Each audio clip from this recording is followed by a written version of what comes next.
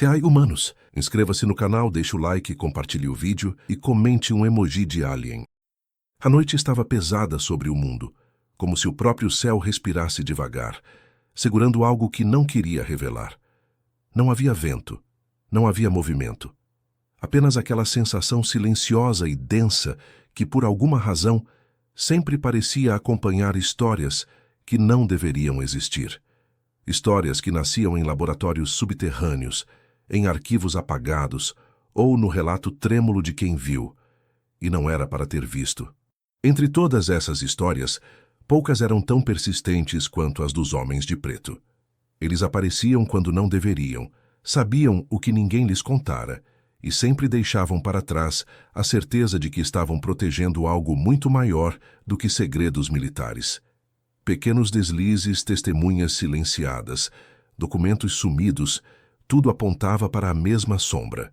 Mas as origens dessa sombra estavam muito antes da primeira fotografia, muito antes do primeiro boato moderno. Para entendê-la, era preciso voltar a um ponto onde os relatos humanos começavam a se cruzar com algo mais antigo, mais profundo, mais impossível. O mar sempre fora o primeiro guardião do impossível. Lá, em regiões onde a luz não chega e a pressão dobra o aço, algo se movia com precisão que nenhuma máquina conhecida deveria possuir. Os registros eram inúmeros, mais de um século de marinheiros, pesquisadores, militares, todos descrevendo o mesmo fenômeno. Objetos que deslizavam sob a água, como se ignorassem completamente as leis da física. Eles aceleravam em linha reta, paravam de repente, subiam como se o oceano fosse ar. Não havia ondas, não havia turbulência, apenas deslocamento silencioso. E sempre, em algum momento depois dos relatos ganharem destaque, vinham eles. Os Homens de Preto. O primeiro registro oficial que ainda ecoava nas sombras datava de 1902. O navio britânico Fort Salisbury cruzava o Atlântico quando avistou duas luzes fixas no horizonte. Não eram estrelas, não eram lanternas, eram algo mais. Flutuavam como se marcassem a posição de um colosso invisível. E esse colosso, então, emergiu dos contornos da escuridão. Uma massa tão vasta que parecia engolir o próprio mar. Os homens viram a forma afundar de maneira controlada, quase elegante, como se estivesse escolhendo desaparecer. O caso foi registrado com a frieza de quem tenta relatar algo impossível sem parecer louco. Mas o que os marinheiros não sabiam naquela madrugada silenciosa era que, meses depois, dois homens de terno escuro visitariam o porto onde parte da tripulação desembarcara. Ninguém sabia quem eram, não apresentaram identificação, apenas conversaram com alguns oficiais, conversas rápidas, tensas, e foram embora. Nada foi tornado público, nenhum jornal noticiou. E o que aconteceu com o registro oficial do Fort Salisbury? Sumiu. Décadas mais tarde, em 1964, o oceano entregaria mais uma peça para esse quebra-cabeça. O navio norte-americano Elton Inn, equipado com câmeras especiais capazes de descer mais de 2 quilômetros, registrou algo que não deveria existir. Uma estrutura vertical, simétrica, cravada no fundo do mar. Parecia tecnológica, organizada, artificial. A foto correu o mundo. E como era de se esperar, não demorou para que homens desconhecidos aparecessem nas redações, nas universidades, nos arquivos. Eles não ameaçavam, não levantavam a voz, mas sempre conseguiam o que queriam. A imagem da Elton Inn foi silenciada em certos meios, ainda que sobrevivesse em outros. Era como se eles estivessem controlando não o conteúdo em si, mas sua velocidade de disseminação. Permitiam que fosse vista, mas nunca entendida. Outro registro, dessa vez em 1968, durante a Operação Deep Freeze, revelou algo ainda mais perturbador. Um sonar militar identificou um objeto colossal que se erguia do fundo do mar com simetria demais para ser natural. E então, poucos minutos depois, desaparecia sem deixar qualquer rastro. Para muitos era um erro técnico. Para outros, era apenas mais um daqueles casos que ninguém conseguia explicar. Mas para certas pessoas, aquelas que receberam visitas discretas pouco depois, era um aviso. E foi ali, no silêncio gelado da Antártida, que muitos começaram a perceber o padrão. Objetos impossíveis eram vistos, algum registro sobrevivia, e logo depois surgiam eles. Ternos escuros, olhares imóveis, vozes que pareciam contornar as perguntas sem jamais responder nada. Eles se moviam como se não pertencessem àquele cenário, como se estivessem apenas de passagem, fazendo o que tinham de fazer. Não deixavam cartões, não deixavam nomes, não deixavam rastros. Apenas uma sensação. Eles estavam protegendo algo que não era humano.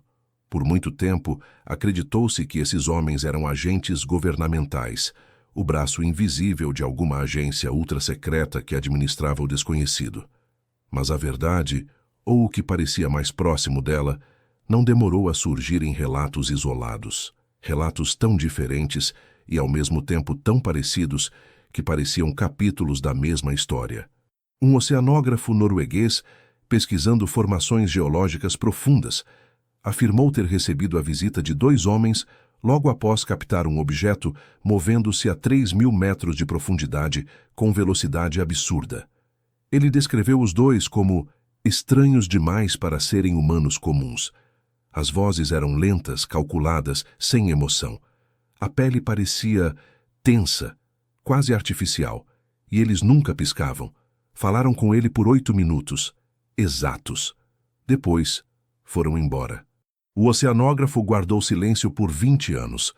Outro testemunho vinha de um piloto militar brasileiro que, em 1977, teve contato com um objeto que emergiu do oceano e subiu verticalmente até desaparecer entre nuvens finas. Ele relatou que, no dia seguinte, 2 homens apareceram em sua casa. Suas roupas eram pesadas, antigas, os rostos pálidos. Eles pediram detalhes, mas não anotaram nada.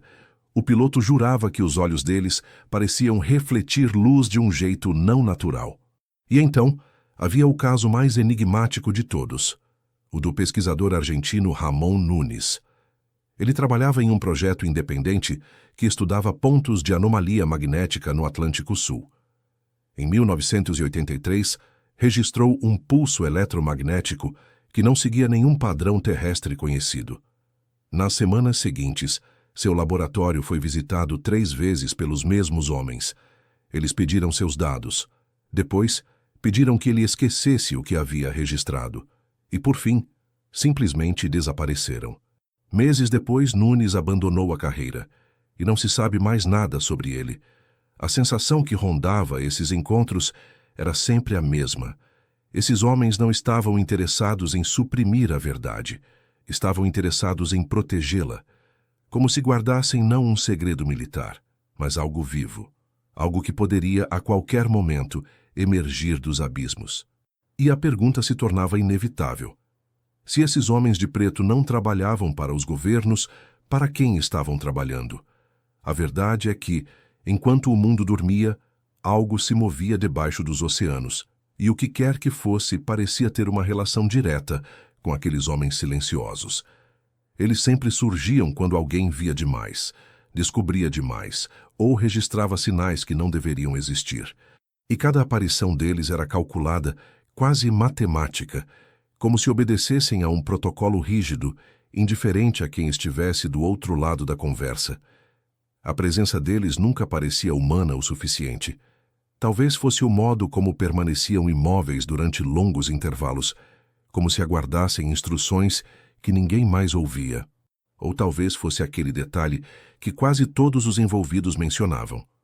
Uma sensação profunda de que os homens de preto não estavam ali para investigar, mas para vigiar. E não vigiar as testemunhas, mas sim algo que as testemunhas haviam visto. Era como se esses homens tivessem a missão de garantir que o mundo continuasse acreditando que os oceanos eram apenas profundos, escuros e inóspitos, e não portas. Portas para algo antigo demais, avançado demais, silencioso demais. Essa teoria parecia exagerada. Até que, na década de 1990, começou a surgir um novo tipo de registro. Não eram mais navios ou cientistas isolados, agora eram hidrofones, vastas redes subaquáticas e sensores militares. Equipamentos construídos para vigiar submarinos soviéticos começaram a registrar algo completamente diferente. No início, eram apenas sons, ruídos, vibrações. O tipo de coisa que os operadores chamavam de fantasmas acústicos, ecos sem fonte definida. Mas, pouco a pouco, certos padrões começaram a se repetir. Era sempre a mesma sequência. Um deslocamento extremamente rápido, uma curva impossível. E depois, silêncio absoluto. Os operadores sabiam que nenhum submarino podia fazer aquilo. Era fisicamente impossível. E foi exatamente nesse período que os homens de preto começaram a surgir com mais frequência. Primeiro em bases navais, depois em laboratórios oceanográficos e, por fim, nas casas de funcionários que haviam visto registros demais. Um dos episódios mais conhecidos, ainda que envolto em rumores, ocorreu em 1992, quando uma equipe canadense de monitoramento submarino detectou algo viajando a mais de 400 nós, quase 750 km/h, a quase 3.000 metros de profundidade. Era uma velocidade que destruía qualquer equipamento, qualquer casco, qualquer estrutura conhecida. Mas aquilo não apenas manteve a trajetória estável, como ainda executou uma curva fechada, desacelerou e subiu até desaparecer dos sensores. Horas depois, 2 homens de terno preto chegaram à instalação. Eles não mostraram identificação. Apenas apresentaram ordens verbais, ordens que os oficiais obedeceram sem resistência, sem perguntar o porquê. E então, como sempre, foram embora. Mas algo aconteceu naquele dia que mudaria para sempre a percepção de quem estava presente. Um dos operadores, sem ser notado, registrou a voz de um dos homens. A gravação, curta e quase inaudível, revelou algo perturbador. Havia um eco metálico, como se a voz não viesse de uma garganta humana, mas de algum modulador escondido por trás das palavras. Os oficiais tentaram ignorar, ocultar, esquecer, mas ninguém conseguiu. E isso levava a uma pergunta que muitos temiam formular. Seriam aqueles homens apenas representantes de algum governo? Ou seriam algo diferente? A resposta começou a tomar forma no final dos anos 1990, quando imagens discretas começaram a circular entre pesquisadores independentes. Eram fotos tiradas por civis e militares em momentos completamente desconectados. 2 homens de preto em uma doca, observando o mar, como se aguardassem algo emergir. 2 homens de preto em uma estrada isolada após um relato de objeto aquático luminoso. 2 homens de preto entrando em um hospital para visitar uma vítima de queimadura incomum causada por luz no mar. 2 homens de preto caminhando pelo deserto em direção a uma instalação subterrânea desativada.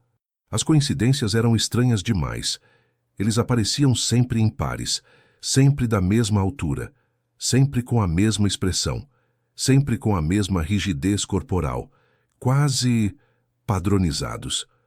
Foi só no início dos anos 2000 que uma teoria verdadeiramente perturbadora começou a ganhar espaço em círculos discretos. Talvez os homens de preto não fossem agentes humanos, mas sim facilitadores, enviados para administrar o contato humano com algo maior, mais silencioso e mais antigo. E essa hipótese parecia combinar com o padrão dos relatos, principalmente com os que incluíam encontros mais próximos. Em muitos desses relatos, testemunhas afirmavam que eles tinham um conhecimento impossível de detalhes íntimos, datas, horários, registros que jamais poderiam ter sido acessados tão rapidamente. Uma bióloga marinha australiana relatou que 2 homens de preto apareceram poucas horas depois de ela enviar, para colegas, uma análise criptografada de um ruído subaquático incomum. Ela não tinha divulgado seu endereço, não tinha divulgado seu laboratório, e ainda assim lá estavam eles, parados na porta, pedindo calma, falando em tom quase hipnótico, dizendo que a investigação estava encerrada, não como uma ordem, mas como se estivessem afirmando algo inevitável. Ela descreveu que, quando um deles virou a cabeça para olhá-la, o movimento foi estranho, quase mecânico, como um modelo 3D renderizado com poucos quadros por segundo. Um movimento que não pertencia ao corpo humano. E foram esses detalhes, pequenos, quase imperceptíveis, que começaram a somar um padrão que ninguém poderia ignorar. Quanto mais os oceanos revelavam, mais esses homens apareciam. Quanto mais sensores captavam, mais eles se aproximavam. Quanto mais tecnologia humana avançava, mais eles surgiam para reencaminhar a curiosidade humana, como pastores guiando rebanhos perto demais de um precipício. A narrativa começou a mudar quando, em 2007, um grupo independente de estudiosos do fenômeno oceânico descobriu algo chocante. Havia mais de 60 relatos cruzados, vindos de países diferentes, descrevendo homens de preto aparecendo dias antes de um grande evento subaquático, e não depois. Isso mudava tudo, porque isso sugeria que os homens de preto não estavam apenas controlando danos, eles estavam antecipando os incidentes, como se já soubessem exatamente quando e onde algo emergiria do mar, ou como se estivessem atentos a sinais que humanos não captavam. Por algum motivo, eles eram sempre os primeiros a chegar e sempre os últimos a sair. E então surgiu o caso que ligou esses homens a algo ainda mais profundo. Um episódio que seria conhecido discretamente entre pesquisadores como o incidente da plataforma estelar. Em 2011, uma equipe de mergulho de manutenção em uma plataforma petrolífera no Golfo do México registrou algo colossal movendo-se sob a estrutura. O objeto era tão grande que deslocou as colunas de sustentação por alguns centímetros, algo impossível de acontecer sem causar vibratos audíveis. Mas não houve vibração, não houve som. A filmagem, de baixa resolução, mostrava apenas uma sombra imensa passando sob a plataforma, acompanhada por duas luzes que pulsavam ritmicamente, como se comunicassem entre si. O vídeo durava apenas 9 segundos. 7 horas depois, 2 homens apareceram na plataforma. Ninguém sabia como haviam chegado. Nenhum helicóptero pousou. Nenhum barco atracou. Eles simplesmente estavam lá, falaram com a equipe, reverenciaram a cooperação necessária e recolheram o vídeo. No final, um deles disse algo que nenhum dos mergulhadores conseguiu esquecer. Vocês não viram o início e não verão o fim. Eles não ameaçavam. Eles apenas informavam. E talvez isso fosse a parte mais angustiante. A essa altura, os relatos já ultrapassavam fronteiras, idiomas e décadas. Ainda assim, nenhuma instituição oficial reconhecia a existência dos homens de preto. Era como se todos os governos do mundo tivessem chegado silenciosamente ao mesmo acordo. Fingir que eles não estavam ali. Fingir que não viam seus rostos idênticos, suas vozes calculadas, seus movimentos quase coreografados. Fingir que não se impressionavam com o fato de eles sempre chegarem primeiro, antes mesmo dos incidentes serem registrados. E então veio o episódio que muitos chamariam mais tarde de o ponto de não retorno. No ano de 2015, um fenômeno incomum começou a ocorrer ao largo da costa da Islândia. Diversos sensores de profundidade começaram a registrar variações de densidade em um trecho específico do oceano, como se algo estivesse se movimentando em um nível que não deveria existir. Os deslocamentos eram lentos, gigantescos, como se a própria crosta estivesse respirando. Os cientistas do Instituto Oceanográfico de Reykjavik ficaram intrigados. Jamais haviam visto um movimento tão amplo sem estar ligado à atividade vulcânica ou tectônica. E para tornar tudo ainda mais estranho, havia períodos de silêncio completo. Silêncio tão absoluto que parecia impossível. Algo naquela região parecia absorver ondas sonoras ao invés de refletir. A equipe decidiu lançar uma série de sondas autônomas para examinar o ambiente. Mas as primeiras 3 desapareceram sem enviar retorno. A quarta retornou danificada, com a carcaça arranhada por algo que deixara marcas paralelas e profundamente uniformes, como se alguma máquina, não algum animal, tivesse raspado o metal. Foi só então que a equipe enviou um mergulhador submersível tripulado, equipado com sensores redundantes. A descida ocorreu sem problemas. A escuridão avançava. O mar ficava mais denso, mais frio, mais silencioso, até que a 600 metros, O submersível detectou um contorno, uma estrutura, não natural. Era gigantesca e parecia estar parcialmente enterrada no sedimento oceânico. A superfície era curva, lisa, mas apresentava linhas regulares demais para serem obra da natureza. E então, do nada, o painel de instrumentos se iluminou com um alerta: movimento lateral. O mergulhador descreveu o momento em que viu a sombra se deslocando por trás da estrutura. Ele não conseguiu distinguir forma ou tamanho, apenas a certeza absoluta de que havia algo lá. Algo vivo, algo inteligente, algo que parecia perceber que estava sendo observado. O feed de vídeo foi transmitido diretamente para o centro de comando. E ali, diante de 20 pesquisadores, aquela sombra se aproximou do submersível com uma velocidade impossível. O mergulhador ativou as luzes externas. E foi então que todos viram, por menos de um segundo, uma superfície translúcida e regular, como uma membrana cristalina se movendo em padrões assimétricos. E o mais aterrorizante, parecia observar de volta. A filmagem cortou para a estática. Os sensores desligaram. O submersível perdeu contato. Por 59 minutos, a equipe tentou restabelecer a comunicação. E então, às 4h12 da manhã, quando a tensão já havia ultrapassado qualquer limite humano, duas figuras entraram na sala. Os homens de preto. Não haviam sido chamados, não haviam se identificado, e ninguém sabia como haviam entrado em uma instalação de alta segurança no meio da madrugada. Eles caminharam até o painel central, olharam a tela estática e disseram apenas uma frase: "Vocês chegaram cedo demais." Os pesquisadores ficaram paralisados. Ninguém ousou perguntá-los quem eram, como sabiam ou de onde vinham. Havia algo na postura deles, algo na ausência de expressão, na falta de qualquer hesitação, que deixava claro que resistir não faria diferença.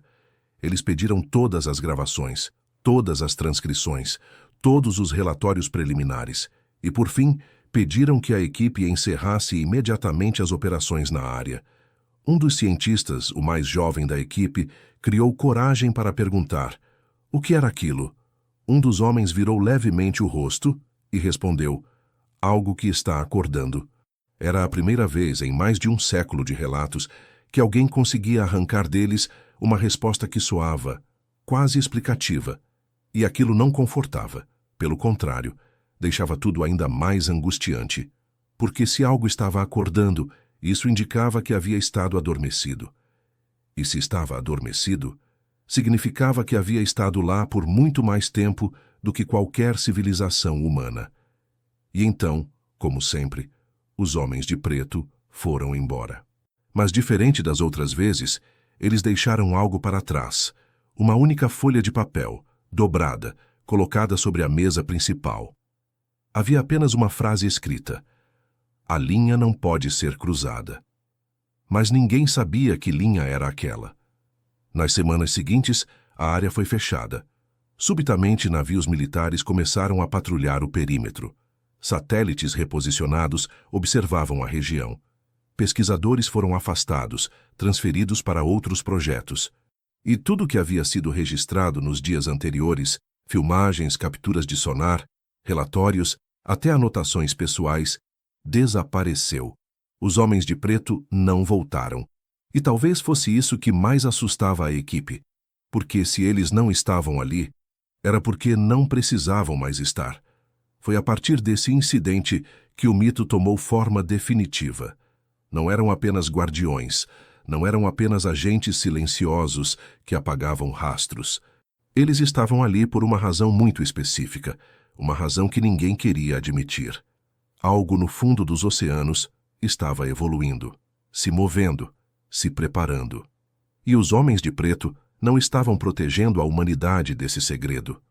Eles estavam protegendo esse segredo da humanidade. E mais, estavam fazendo isso há gerações. Pouco tempo depois, em 2017, um grupo de cientistas russos analisou imagens obtidas por satélites sobre uma área próxima ao mar de Barents.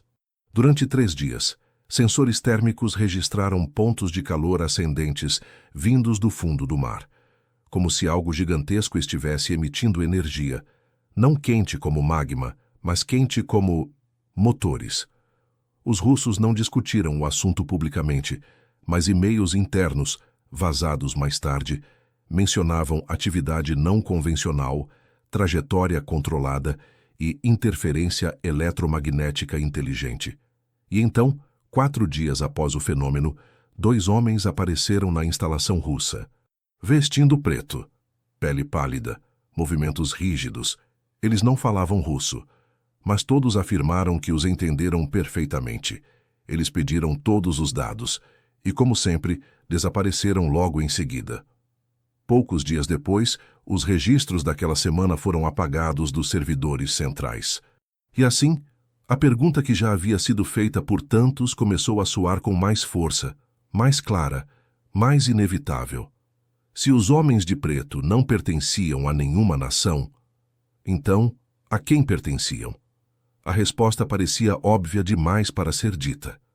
Eles pertenciam a quem habitava as profundezas, ou guardavam aquilo que repousava lá embaixo, ou talvez fossem enviados, não para proteger humanos, mas para garantir que a humanidade não se aproximasse demais de algo que não estava pronta para conhecer.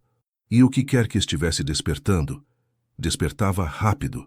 Algumas semanas após o episódio russo, sensores próximos às Ilhas Canárias registraram vibrações nunca antes catalogadas, ondas acústicas pulsando em intervalos regulares, como se fossem sinais, não naturais, mas calibrados, como se alguém estivesse chamando, como se algo estivesse respondendo.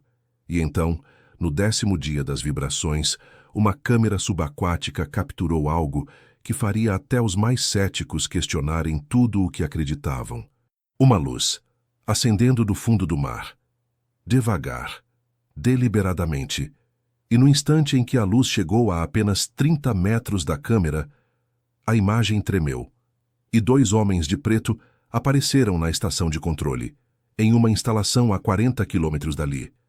A pergunta naquele momento deixou de ser quem são, e passou a ser o que exatamente estão tentando impedir que vejamos.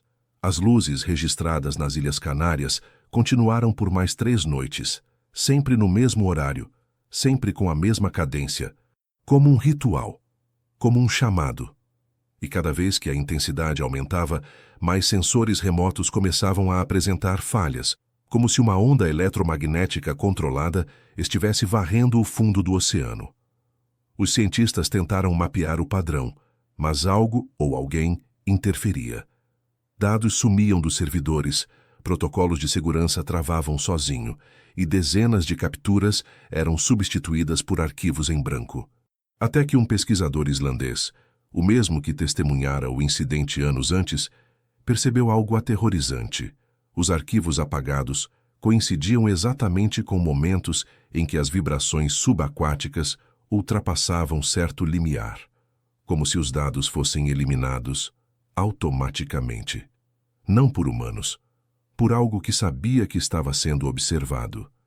E então, na 4ª noite, as luzes cessaram. Um silêncio pesado tomou os sensores oceânicos. Por 3 dias inteiros, não houve vibração alguma.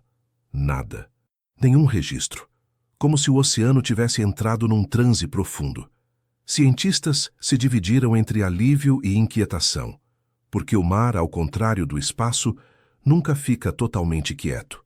O silêncio era um mau sinal, e foi na madrugada do 4º dia que o mundo inteiro sentiu. Às 03h17, sensores em 18 países registraram simultaneamente uma onda de choque vinda do Atlântico. Não era um terremoto, não era explosão submarina, era outra coisa. Ondas circulares irradiando de uma única fonte, como se alguma estrutura colossal tivesse se movido de verdade pela primeira vez em eras. Nenhum governo assumiu posição. Nenhuma instituição divulgou relatório. Mas em câmeras portuárias da costa africana e europeia, pescadores afirmaram ter visto luzes dançando sob o mar em padrões geométricos jamais vistos. E então, na manhã seguinte, eles apareceram. Não no oceano, não em instalações científicas, mas no mundo humano. A primeira aparição ocorreu em Lisboa. Câmeras de segurança registraram 2 homens atravessando o cais do Sodré às 5h42 da manhã, vestindo ternos escuros, chapéus e mantendo passos perfeitamente sincronizados. Eles caminharam até a beira da água, observaram o oceano por exatos 40 segundos e então se viraram, olhando diretamente para uma câmera.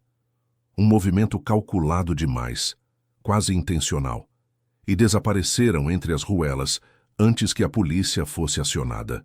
No mesmo horário, 2 homens idênticos foram vistos em Reykjavik, observando a costa.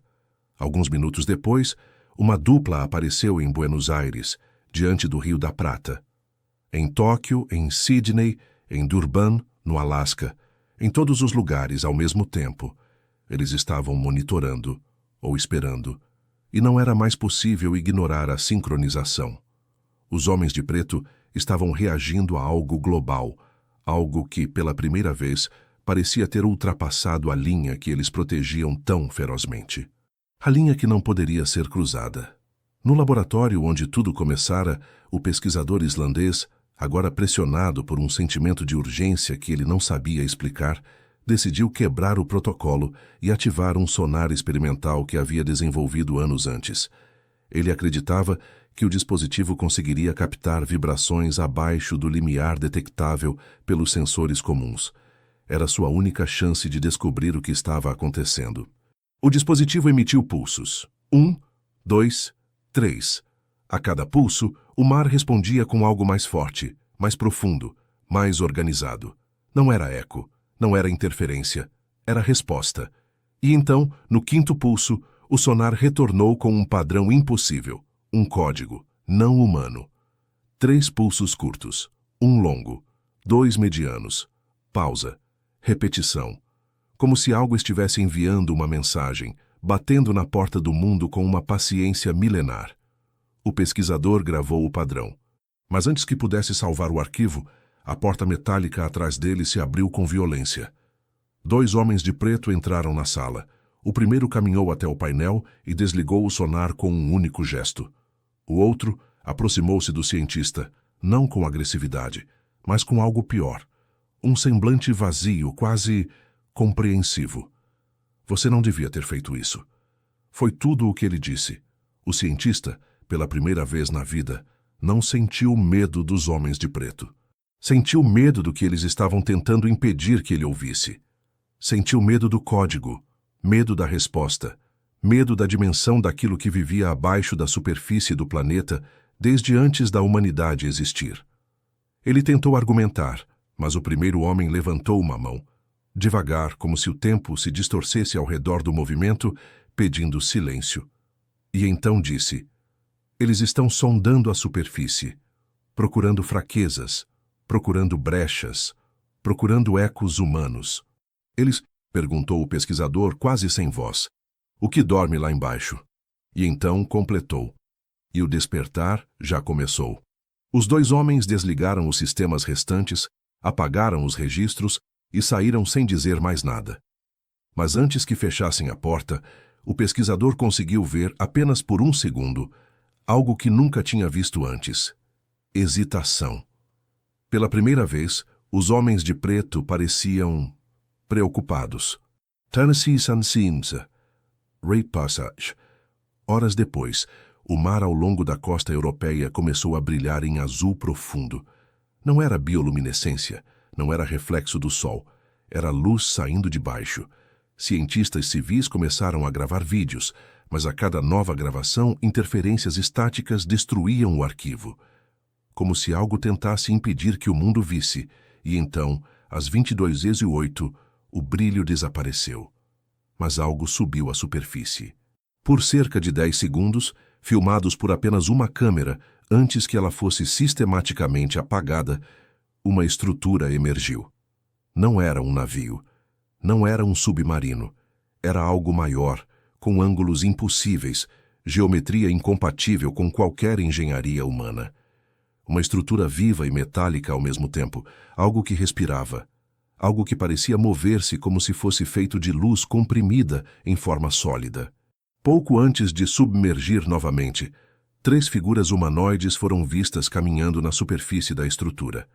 E foi então que se ouviu, ao fundo da gravação, o som que acompanharia o mundo para sempre. O mesmo padrão captado pelo sonar. 3 pulsos curtos, um longo, 2 medianos, e então um pulso final, mais profundo, mais grave, mais ancestral, como se dissesse, nós estamos aqui. As horas seguintes foram caóticas. Instalações científicas fecharam sem explicação. Satélites foram desligados. Portais de notícias começaram a publicar textos estranhos que desapareciam minutos depois. E em todos os cantos do planeta, relatos começaram a surgir. 2 homens batendo à porta. De madrugada, em silêncio, pedindo para conversar. Eles não ameaçavam, não gritavam, não invadiam. Eles apenas orientavam. Esqueça o que viu. Apague o arquivo. Não se envolva. Não faça perguntas. Mas naquela noite, algo mudou. Porque em vez de desaparecer pela última vez, os homens de preto foram vistos indo em outra direção.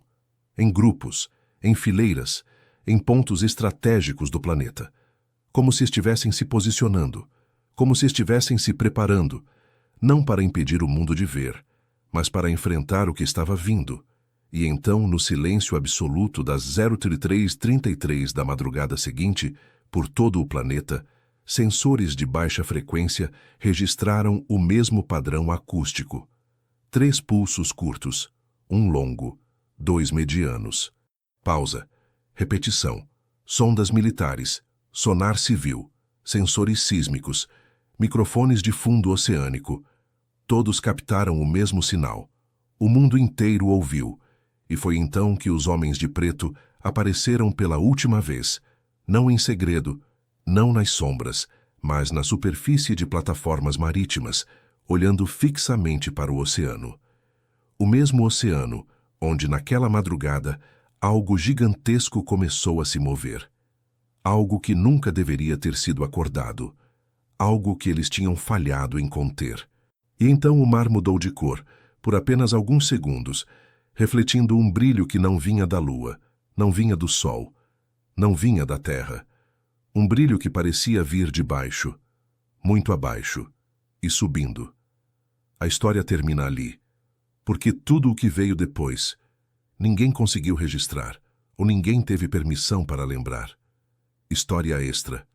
O oceano nunca foi tão silencioso. Desde o surgimento do pulso final, o profundo, o grave, o que parecia arrastar memórias antigas do próprio planeta, todos os sensores civis registraram a mesma anomalia, uma queda brusca na vibração de fundo do mar. Era como se cada criatura, cada corrente, cada partícula de água estivesse esperando algo. Mas o algo não tinha nome. Os homens de preto sabiam e estavam desaparecendo. No mundo inteiro, testemunhas relataram o mesmo comportamento.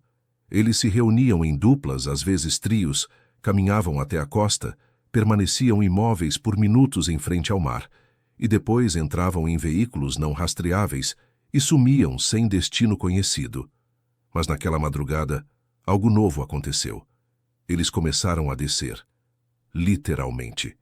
Em Los Angeles, um pescador gravou 2 deles entrando no mar vestidos de terno. Não nadaram, não flutuaram. Apenas afundaram lentamente, com passos ainda sincronizados. Como se o oceano fosse chão firme. Como se fossem feitos de algo mais pesado do que o corpo humano poderia suportar.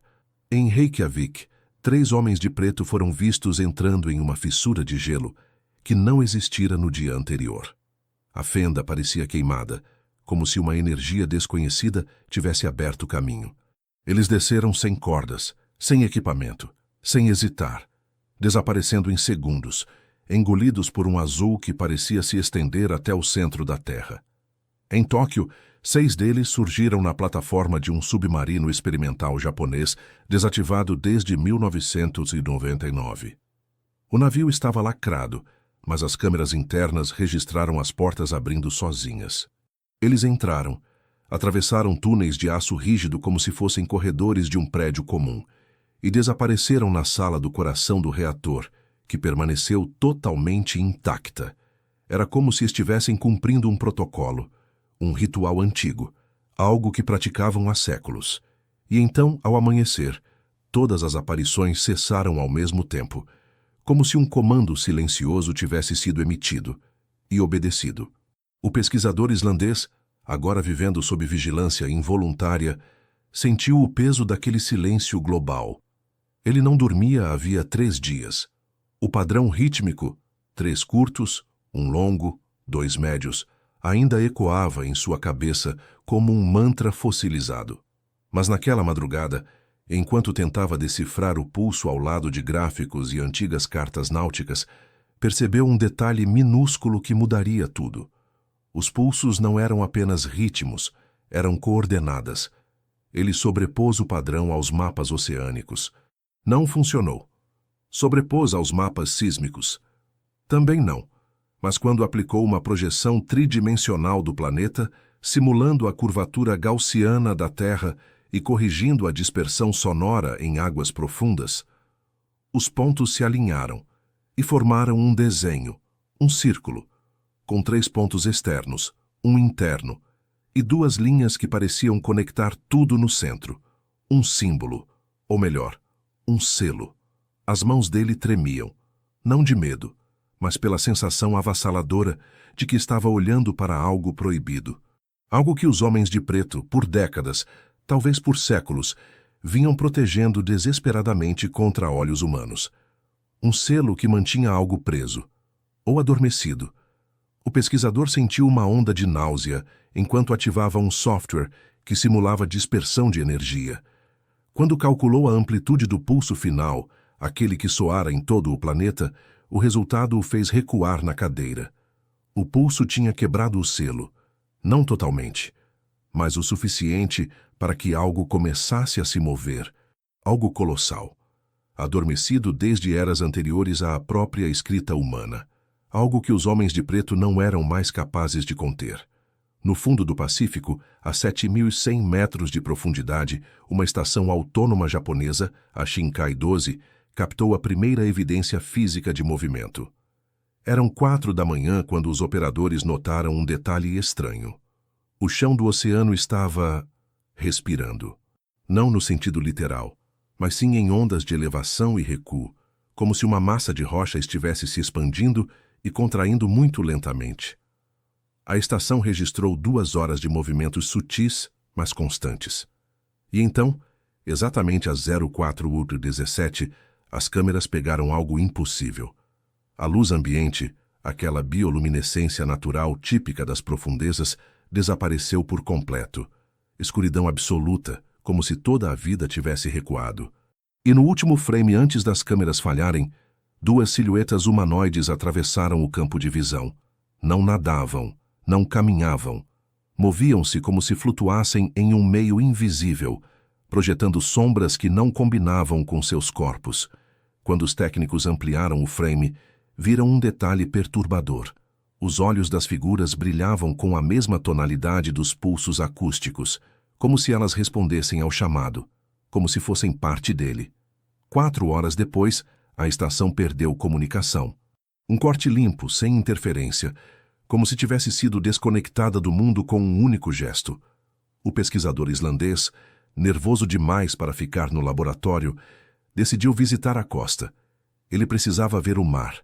O vento frio o golpeou, mas o que realmente o atingiu foi a sensação de presença. O oceano parecia observar de volta, como se soubesse que ele estava tentando entender, como se sua consciência fosse uma janela e algo do outro lado estivesse tentando entrar. Ele respirou fundo, e então viu. 2 homens de preto estavam parados na areia, a poucos metros de distância. Eles não o encaravam, mas sim o horizonte. Não havia emoção em seus rostos, mas sim cansaço. O pesquisador deu 3 passos hesitantes na direção deles. Vocês sabiam, disse ele, a voz falhando, desde o início. Sabiam o que havia lá embaixo e sabiam que iria despertar. Um dos homens virou lentamente a cabeça. Seus olhos eram profundos demais, escuros demais, como poços sem fundo. Mas sua voz foi suave. Nunca esteve dormindo, respondeu. Só estava esperando. Esperando o quê? O homem de preto encarou o mar por longos segundos antes de responder.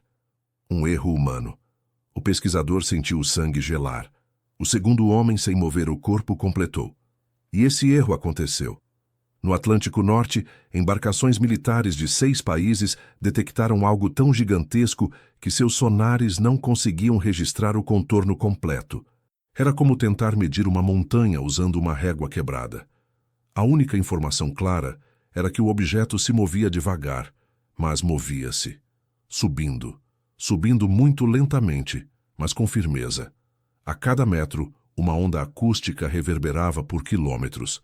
Não era um animal, não era uma máquina, era uma estrutura. Antiga, viva e consciente. A cor das ondas acústicas mudava conforme ela ascendia, como se cada camada de pressão ativasse partes diferentes daquilo que estava despertando. Quando atingiu 5.000 metros de profundidade, satélites militares captaram distorções gravitacionais mínimas, semelhantes ao impacto de um iceberg do tamanho de uma cidade. Os homens de preto sabiam. Eles estavam distribuídos agora em pontos estratégicos do litoral do planeta inteiro, como se esperassem que a coisa rompesse a superfície em qualquer lugar. Como se o oceano inteiro fosse apenas uma porta, e essa porta estivesse prestes a ser arrombada por dentro. O pesquisador atingiu seu limite. Ele precisava saber mais. Precisava entender o que eles sabiam, o que estava vindo, e por que os homens de preto, pela primeira vez, pareciam incapazes de controlar. Ele se aproximou de novo dos 2 homens na praia. O que eu vi, o símbolo que encontrei. O selo. O que significa? Silêncio. O vento batia forte, o mar rugia baixo, e então o homem de preto respondeu. Não era um selo, era um aviso. O pesquisador franziu a testa. Aviso de quê? O segundo homem virou-se totalmente para ele. E pela primeira vez desde o início de tudo, seus olhos não pareciam apenas poços. Pareciam assustados. De que vocês nunca deveriam ter escutado. Naquela noite, o mar tremeu. Não uma vibração leve, não um terremoto. Foi um tremor interno, algo empurrando de dentro para fora. O pulso voltou. 3 curtos, um longo, 2 médios, mas dessa vez havia um 7º pulso. O final, o que nunca havia sido registrado antes. Um som tão profundo que fez ondas silenciosas atravessarem o planeta inteiro. Os homens de preto ergueram os rostos ao mesmo tempo, como se aquele 7º pulso fosse um chamado direto a eles, e então, finalmente, o mar falou. Não com som, mas com movimento. Algo gigantesco, imensamente gigantesco, deslocou-se no fundo da terra, não como um ser nadando, mas como uma cidade subterrânea virando-se pela primeira vez em milhares de anos. E do fundo do oceano, a milhares de quilômetros de profundidade, veio um ruído que nenhum ser humano jamais deveria ter ouvido. Um ruído que não parecia deste mundo, ou deste tempo, ou desta realidade. O pesquisador caiu de joelhos. Os homens de preto deram 2 passos para trás, como se recebessem um impacto invisível.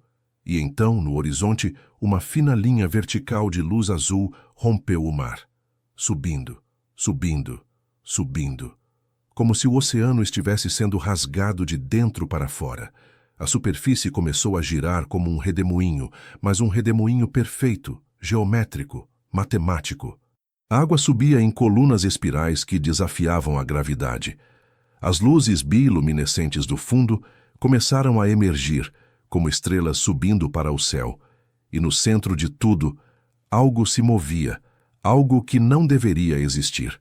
Algo que não era feito para o olhar humano. Os homens de preto deram um passo à frente, como se fossem enfrentar aquilo, como se esse fosse o papel deles desde o início, como se o mundo estivesse prestes a testemunhar o motivo pelo qual eles existiam. O mar se abriu. A luz explodiu, e a verdadeira forma do que estava despertando começou a emergir da escuridão. A luz azul rasgava o horizonte como uma navalha, atravessando a pele da terra. Não era uma luz quente, não era natural. Era fria, profunda, matematicamente uniforme. A água girava em torno dela em espirais perfeitas, tão perfeitas que o pesquisador islandês, mesmo tomado pelo pânico, reconheceu imediatamente a simetria, o padrão do selo que ele havia decifrado. O símbolo estava vivo, e agora se erguia diante do mundo. Os homens de preto mantinham sua postura imóvel, como sentinelas antigas despertas para um ritual final. Seus olhos brilhavam em reflexos da luz azul, e por um instante, parecia que eles estavam refletindo não a luz em si, mas algo por trás dela, algo que ainda estava por emergir. O mar continuou se abrindo, e o silêncio... o silêncio era monstruoso. Nenhum vento, nenhuma onda, nenhum som do mundo humano. Apenas a respiração de algo colossal se espalhando pelas águas.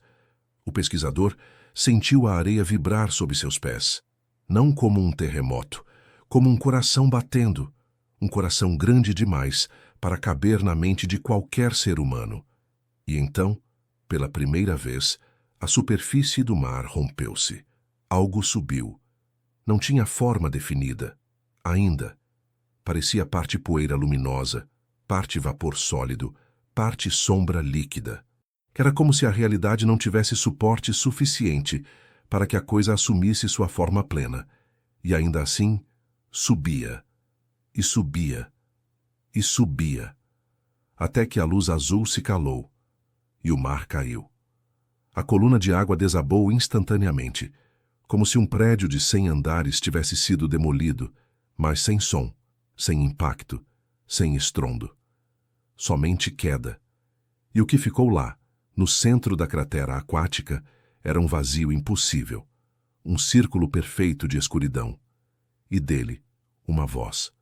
Não uma voz humana, não uma voz animal, uma voz que parecia falar dentro da mente. Vocês ouviram o que não deveriam. Os homens de preto inclinaram a cabeça para baixo, como se estivessem recebendo ordens. O pesquisador gritou, mas sua voz não existiu. O som morreu antes de nascer. A coisa do fundo, a consciência por trás da luz, estava se comunicando apenas com aqueles capazes de entender, e aquilo estava muito além da linguagem humana. Enquanto isso, em laboratórios secretos ao redor do mundo, telas explodiram em alarmes. Nos Estados Unidos, na Rússia, na China, no Japão, a história era a mesma. Sensores de baixa frequência estavam registrando distorções gravimétricas nunca antes detectadas. As leituras pareciam indicar massa negativa, ou deslocamento quântico, ou algo que nenhum modelo físico podia descrever. No centro de monitoramento da NORAD, um técnico gritou: "As plataformas de mapeamento estão malucas, senhor. É como se algo estivesse puxando o mar para baixo e para cima ao mesmo tempo." No comando britânico, uma cientista esfregou os olhos. "Isso não é natural. Isso é engenharia. Mas não tem paralelo com nada que exista neste planeta." E em um bunker francês, um sismólogo repetia a mesma frase: "Não é possível, não é possível, não é possível." Enquanto isso, no mar, o fenômeno continuava. O círculo de escuridão pulsou. Um pulso, 2, 3. E então tudo parou. A água ficou lisa como vidro. O ar ficou imóvel. O tempo pareceu prender a respiração. O pesquisador deu um passo atrás. Cada instinto primitivo gritava para ele correr. Mas já era tarde. A coisa estava escolhendo. O círculo de escuridão começou a se expandir para fora, como uma mancha de tinta negra derramada na superfície do oceano. Não era água escura. Era ausência. Era vazio. Era o tipo de escuridão que não deveria existir sob a luz do sol. Os homens de preto ergueram os braços em um movimento sincronizado, como antenas receptivas. A coisa respondeu. O vazio formou linhas. Linhas formaram símbolos. Símbolos formaram uma arquitetura impossível, uma estrutura viva que parecia crescer na superfície do mar, como raízes invertidas. Aquilo não era um ser, era uma entidade, e estava tentando atravessar. O pesquisador sentiu um estalo dentro da mente, como se algo estivesse tentando entrar. Ele caiu no chão, segurando a cabeça, enquanto flashes atravessavam sua visão. estruturas colossais erguendo-se do mar no passado remoto, criaturas semelhantes aos homens de preto caminhando entre povos antigos, cidades costeiras sendo erguidas e destruídas por forças desconhecidas, uma prisão construída com som, enterrada na escuridão do oceano, um acordo, um preço, um aviso. A presença dentro de sua mente sussurrou: se vocês nos ouvem, então já é tarde. E então tudo sumiu. O pesquisador respirou fundo, tossiu, lutou para ficar de pé. A coisa estava materializando-se, e rápido demais. Na praia, os homens de preto começaram a mover-se pela primeira vez desde o início do fenômeno. Eram apenas 2 ali, mas milhares de outros, no mundo inteiro, estavam fazendo o mesmo movimento simultâneo. Eles caminharam até a água e entraram, mas dessa vez não afundaram. Eles flutuaram. Seus corpos subiram como se estivessem sendo puxados por fios invisíveis, elevando-se acima da superfície do mar, brilhando em uma luz escura que não deveria existir. Seus olhos, antes profundos, agora eram buracos de pura luminosidade. Eles não estavam enfrentando a coisa. Eles estavam sendo absorvidos por ela, como se fossem parte dela. Fragmentos, unidades, extensões. Um deles virou-se e olhou diretamente para o pesquisador. Foi a primeira vez, desde que ele começara a estudá-los, que viu emoção em um homem de preto. Medo. Verdadeiro, absoluto, irreversível medo. E então, com uma voz que parecia sair de dentro do oceano, ele disse: corra, não somos guardiões. Somos apenas o primeiro aviso. E sua forma dissolveu-se na escuridão líquida como poeira elétrica. A escuridão no mar assumiu forma. Primeiro, uma silhueta. Depois, um contorno. Depois, uma geometria. Era gigantesca. Tão gigantesca que o pesquisador precisou recuar vários metros na areia para conseguir enxergar a totalidade daquela expansão viva que brotava do mar. Parecia uma cidade, mas uma cidade construída não com matéria, e sim com ausência. Torres negativas, estruturas invertidas, linhas que dobravam a luz como se o próprio tecido do espaço estivesse cedendo. Era belo e aterrorizante, como ver matemática se transformar em carne. No topo da maior das estruturas, uma fenda abriu-se, e dentro dela havia olhos. Não olhos humanos, não olhos animais. Eram olhos que carregavam eras. Olhos antigos. Olhos que conheciam humanidade antes da humanidade saber seu próprio nome. A voz voltou, agora mais clara, mais forte, como se todo o mar fosse sua garganta. Vocês mexeram no som. Uma pausa, um silêncio pesado, uma respiração. E o som é nosso. No mundo inteiro, as marés começaram a subir, mas não verticalmente, horizontalmente. O oceano se expandia como se estivesse crescendo. Cidades costeiras sentiram o impacto. Água avançando sem vento, sem tempestade, sem lua cheia, sem razão física. As pessoas fugiam. Os alarmes soavam. Noticiários explodiam em caos, mas nada daquilo podia impedir o que estava acontecendo. A entidade estava redesenhando limites, aumentando o espaço para si, conquistando o território que sempre fora seu e que apenas estivera adormecido. Os homens de preto, os que restavam, formavam fileiras nas praias imóveis, não para impedir, mas para testemunhar. Eles não eram soldados, nunca foram. Eram sobreviventes de uma antiga era, uma civilização que coexistiu com aquilo muito antes de a humanidade aprender a moldar pedra. Eles serviam à entidade, e sempre serviram. A ideia de que eram guardiões humanos era falsa. Eles eram mensageiros, avisos vivos, advertências ambulantes, e a humanidade, em sua arrogância, ignorou todos eles. O pesquisador entendeu isso tarde demais. Sua mente rodopiava enquanto fitava a cidade negativa que surgia do mar. Uma cidade que parecia dobrar dimensões, filtrando a realidade como um espelho curvo. Mais uma vez, a voz invadiu sua mente. Vocês nos escutaram. O mar tremeu. E quem escuta? O céu escureceu. Se torna parte. O pesquisador caiu de joelhos. Seus ouvidos sangravam, sua visão girava. A coisa estava tentando puxá-lo, como puxara os homens de preto. Mas por quê? Por que ele? Uma resposta surgiu.